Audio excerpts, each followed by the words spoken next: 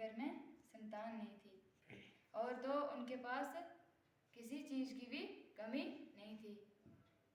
इतने बड़े राजा थे परंतु उनके घर में संतान नहीं थी। तो वो जैसे एक पिता अपने बच्चों को मतलब पालता है, तो राजा दशरथ जो थे वो ऐसे ही, उनके घर में कोई भी संतान नहीं थी, तो वो अपनी प्रजा का जैसे एक पिता अपने बच्चों के लिए करता है, तो राजा दशरथ जी जो थे तो वो अपने बच्चों के लिए सब कुछ करते थे। अपनी प्रजा के लिए जैसे एक पिता बच्चों के लिए करता है, तो राजा दशरथ जी अपनी प्रजा के लिए करते थे। एक बार क्या होता है कि उनके मन में ग्लानि होती है। ग्लानि क्या होती है कि उनके घर में कोई भी संतान नहीं थी, तो उनको दुख इस बात का था कि मेरे घर में इतनी 3 शादियां की थी राजा दशरथ ने, परंतु एक भी रानियों के एक भी कोई भी पुत्र नहीं था। तो राजा दशरथ जी सोचते हैं कि अब मैं क्या करूं। तो उधर से कहते हैं अगर हमें कुछ भी मुसीबत आ जाए तो या तो हमें सबसे पहले अपने गुरु को पूछना चाहिए, या तो फिर माता पिता को। तो राजा दशरथ जी के गुरु कौन थे? गुरु वशिष्ठ जी। तो राजा दशरथ जी उधर से जाते हैं, क्या कहते हैं, गुरु गृह गया तुरंत महिपाला चरण लगे कर बिना विशाला। तो राजा दशरथ जी उधर से गुरु वशिष्ठ जी के पास जाते हैं। तो उनको ऐसे दुख था कि मेरे घर में कोई भी संतान नहीं है। जैसे ही गुरु वशिष्ठ जी राजा दशरथ जी को देखते हैं, तो वो जाके उनके चरण, सबसे पहले गुरु के चरण स्पर्श करते हैं। तो उसके बाद गुरु जी राजा दशरथ जी को पूछते हैं कि सब ठीक है। राजा दशरथ जी कहते हैं कि सब ठीक है। अगर हम में से कोई होता तो सबसे पहले जाके उधर गुरु जी को अपने दुख बताता, लेकिन राजा दशरथ जी ने अपने दुख नहीं बताए थे। उन्होंने सबसे पहले अपने सुख बताए थे और बाद में उन्होंने दुख बताए थे। तो कहते हैं ना कि अगर हम सबसे पहले अगर किसी को अपने दुख बता देंगे तो कभी भी कोई भी समस्या होगी तो उसका वो समाधान नहीं कर सकता।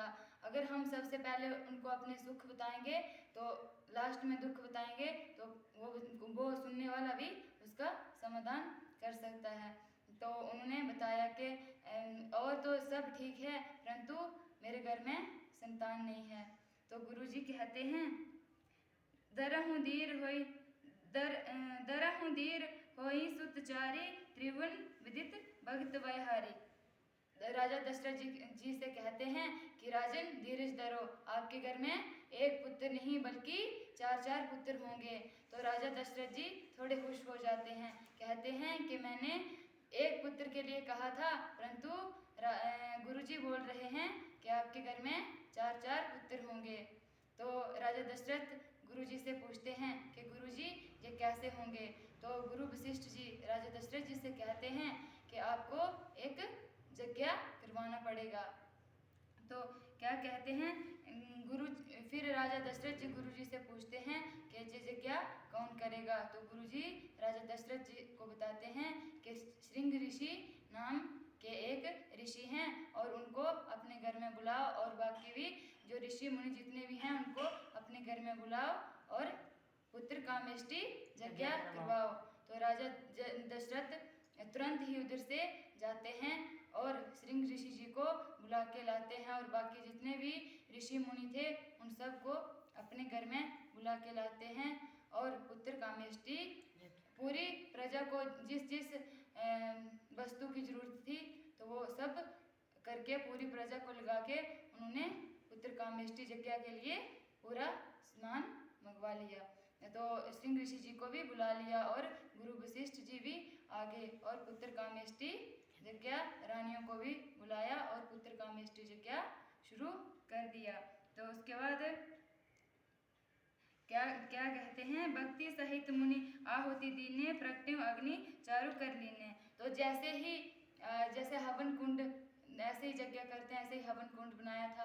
तो जब पूरे उसमें आहुतियाँ दे रहे थे सब गुरुजी और जितने भी ऋषि मुनि आए थे, राजा दशरथ जी, रानियाँ, जितने भी लास्ट आहुति जब दे रहे थे तो उसमें से हवन कुंड से अग्निदेव जी प्रकट होते हैं। तो तो जैसे ही अग्निदेव जी प्रकट होते हैं तो उन्होंने हाथ में एक कटोरा लिया था, उसमें खीर थी। तो जी ने वो तीनों रानियों को प्रसाद दे दिया। तो क्या कहते हैं, आधा भाग कौशल्या दीना उभय भाग आधे कर लेना। राजा दशरथ जी ने उसके 2 भाग किए। तो आधा भाग कौशल्या माता जी को दिया और उनमें से जो आधा भाग बचा था फिर उनके 2 हिस्से किए। तो एक सबसे छोटी कौन सी माता थी, माता कैकेयी थी सबसे छोटी। तो वो राजा दशरथ जी को बहुत ही प्रिय थे, तो वो रूठ भी जाते थे। तो राजा दशरथ जी ने जो उनमें से जो एक भाग कौशल्या माता जी को दे दिया था और 2 बचे थे, उनमें से जो आधे उनके भी 2 भाग बनाए थे, तो आधा कैकेयी माता जी को दिया और जो एक लास्ट वाला भाग बचा था, दूसरे नंबर पे तो कौशल्या माता आते थे, सुमित्रा माता आते